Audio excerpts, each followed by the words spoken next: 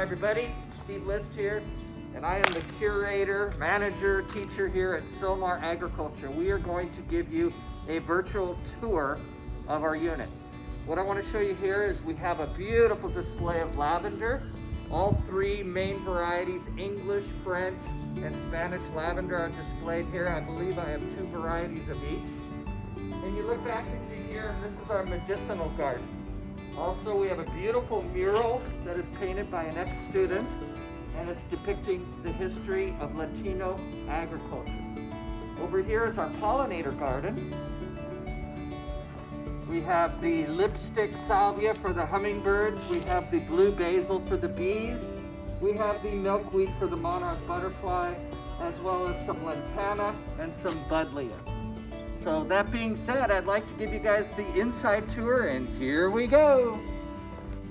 Here we have our rainwater collection. We have 500-gallon drums here, and I believe they're 500, or are they 1,000? I think they're 1,000. So we've been collecting water, and this year's been exceptionally good. We try to utilize everything here and make it a sustainable agriculture unit.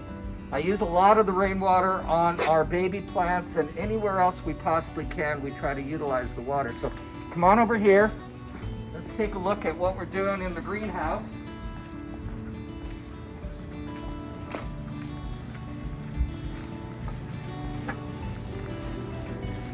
This is where we heat all our plants up in the wintertime, and as we're going into spring, we're trying to jumpstart them. Mostly peppers at this point.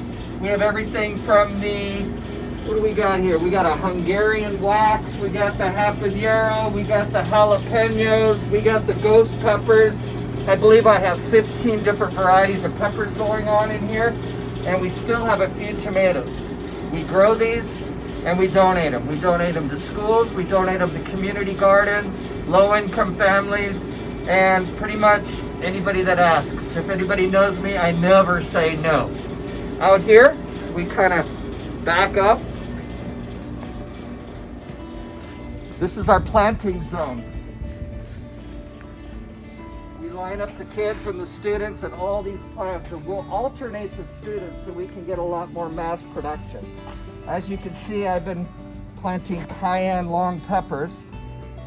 Just going ahead and planting them in here. So we'll water these, we'll put them in the greenhouse for a couple weeks, and they'll be ready to give out to everybody. Over here, we have our vermiculture, or worm farming. As you can see, we have a lot of worms in here. Look at these guys. It's just, they are very, very happy. So we utilize these sections as a learning center. Every area in here is designed to teach. So our vermiculture section, and we're going to go over and talk about composting right now. Here we have our composting and our soil unit. What we do here is we take, and we do it, again, I like the lasagna method. You're going to hear that from me several times during this video. But what we do here is we'll take a layer of fruits and vegetables. Mend donates or gives us or dumps off all their old rotten produce. We'll put a layer of that. Then we put a layer of leaves for carbon, and then we top it with a potting soil. And what that does is it takes the smell out and it keeps the flies down. We build this bed till it's full, and then we bring it over here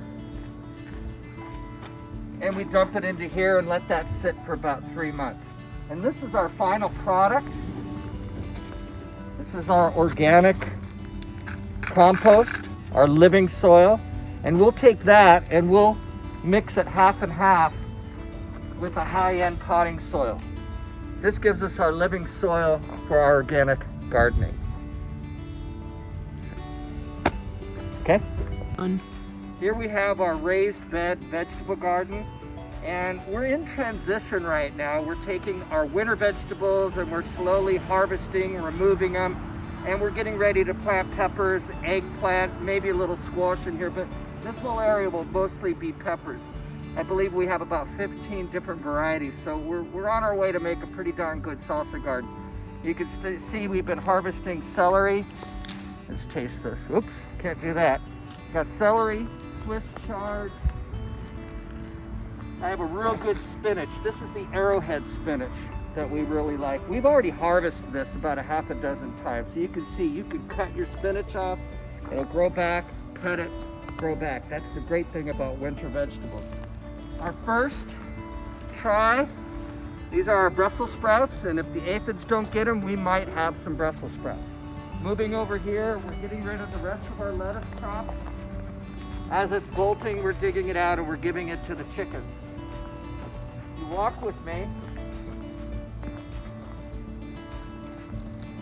We kind of have a border here, more lavender. We love lavender. Lavender has a lot of bees, a lot of pollinators, but the greatest thing about lavender is what you can do with it, and it calms you down.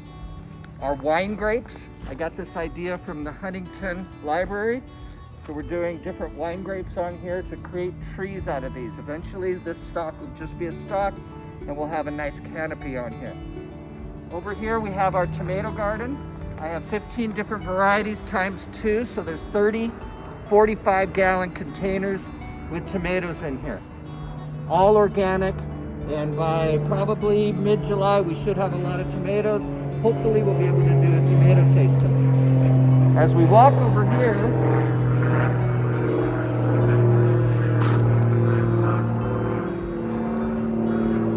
kind of touch base on a few things that we're doing.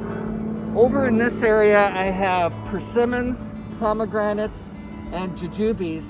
We call this our antioxidant farm. I also have hops. We have figs over here. And then if you come on with me over here, this is our specimen garden, our specimen fruit trees.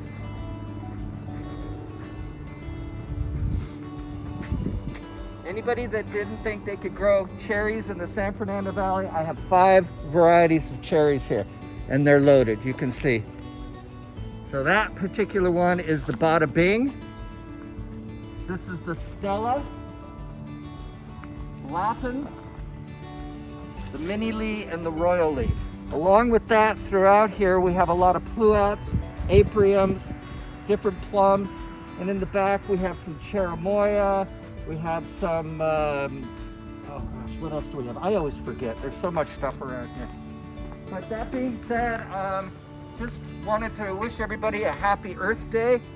I think this Earth Day and Earth Week is completely different than any of the others.